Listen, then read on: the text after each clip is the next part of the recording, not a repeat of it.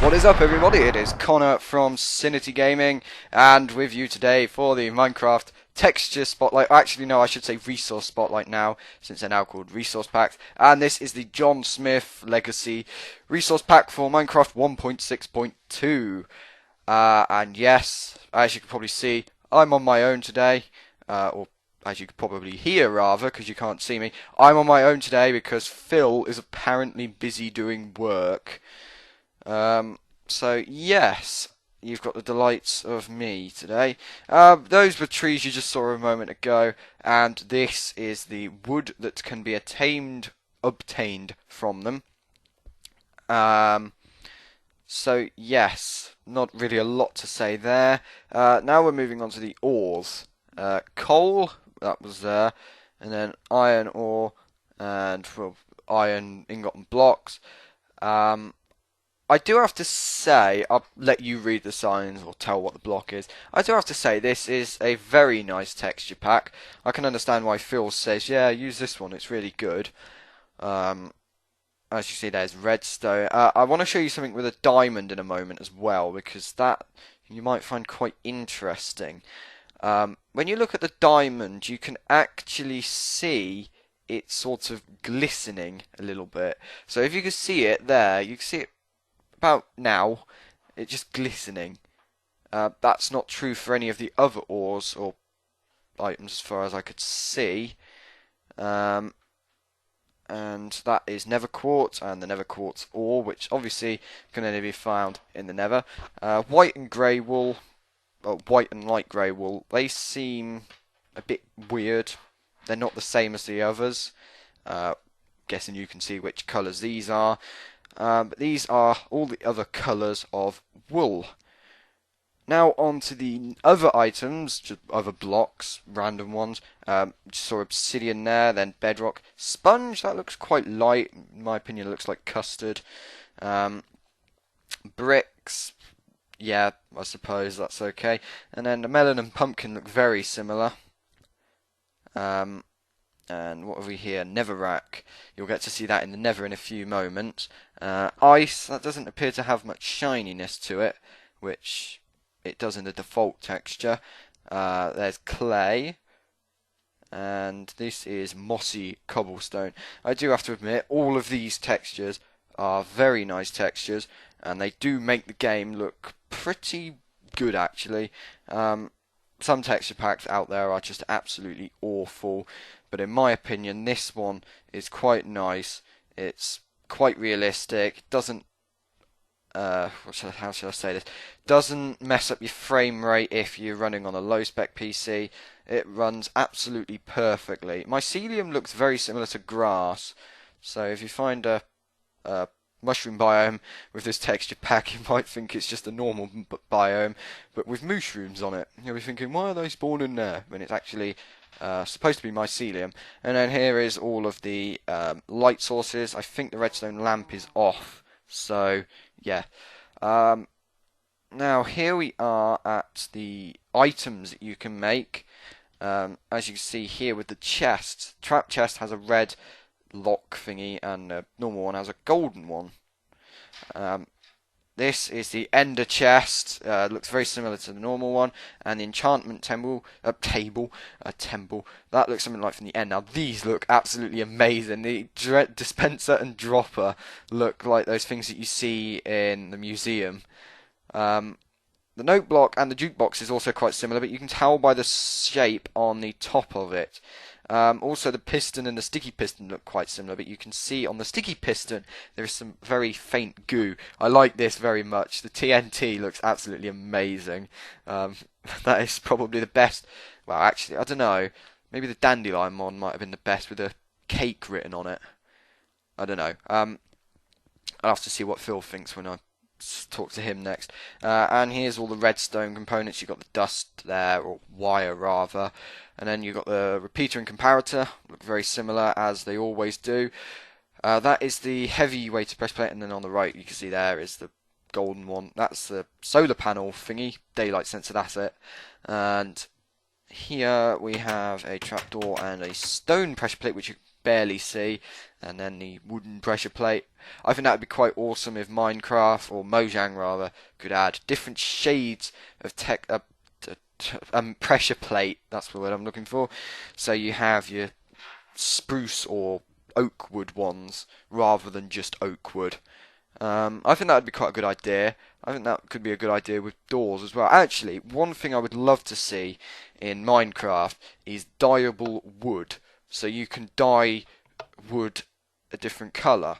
So if you get, I don't know, for instance, oak wood, you could dye it with, well, blue with lapis lazuli or red with rose. And yeah, I think that would be really cool. That would really, really be awesome if you could do that and make your buildings look really good. Don't know why I opened the command block there. This is lava. Lava, when it's still, looks very weird if it's among moving lava. So I don't know why that is, but water looks pretty good actually. It looks very similar. It doesn't look much different to the still one, and obviously it's mob spawning time. That's a creeper. He looks a bit confused. The skeleton, he does look very freaky. He looks like something from Saw. The spider, he looks like he's got green eyes. First when I saw it, I thought he had a creeper face, but he doesn't. It's just the eyes. This is a zombie. You can't really see his face, but and then just like last week, I end up accidentally getting a big slime rather than a medium one. So I have to try and fight this off. But the slime actually has, I think, quite big blobbed eyes. I didn't exactly get to see them fully, but I think he does. Enderman, this is a very weird Enderman. I don't think he's been taught how to teleport. As you can see, I'm hitting him, but he's not going anywhere. So I don't think he's ever been taught how to teleport to places. So I end up having to just kill him in the lava. That's the cave spider, much smaller than the normal spider. Oh, now he's teleported. Still got green eyes, and still got the blue body, just like the normal one. Silverfish, I don't actually think that's any different to the normal one. And then the witch, that does look like an NPC villager from the normal one. And if you want to know why she's not dying, she just drank a fireproof potion, so I had to kill her afterwards. But I thought I'd better not show it. Just because some of you don't like me killing humans. In Minecraft, that is. I never even kill animals in real life, let alone humans. And this is the passive mobs. Don't know where that cow walked off to. Oh, now he's in there. And there is a chicken which has just run off. And here is the squid. Obviously, this is a water animal, so you have to spawn these in the water. And this is the wolf, which spawned just now. And I don't know why, but most of these passive mobs seem to be quite timid today and keep running off. The mushroom, on the other hand, is a very good boy and just stays there until I kill him. Ocelot, yes, they're very jumpy and they run away at pretty much anything. And that is the horse. I'm sure you all know what the horse is. That's a white one. I think a moment ago that was either a grey or brown one, I couldn't quite see. And now into the Nether. That's the Nether portal just there. And we do have mobs. Even though this is a resource pack, which you can include new sound effects in, this doesn't actually include any new sounds. At first I thought it did with the NPC villager, where it just goes like, where it just makes all these weird noises. But turns out Mojang added that. I thought that was just with this texture pack. But yes, it's still in there. And also the magma cube looks very similar to what it normally does. The ghast, that looks very scary. The blaze looks, wow, like that. Just pretty much similar to the normal one. And the zombie pigman, I don't know how to describe him really. The blaze, not the blaze, the ghast looks quite like skeletons.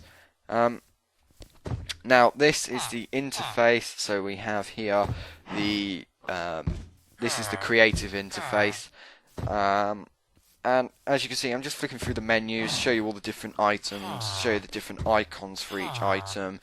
And yeah, this is pretty much just the interface. There's not really a lot. Well, actually, there is a lot of difference between this and the default one.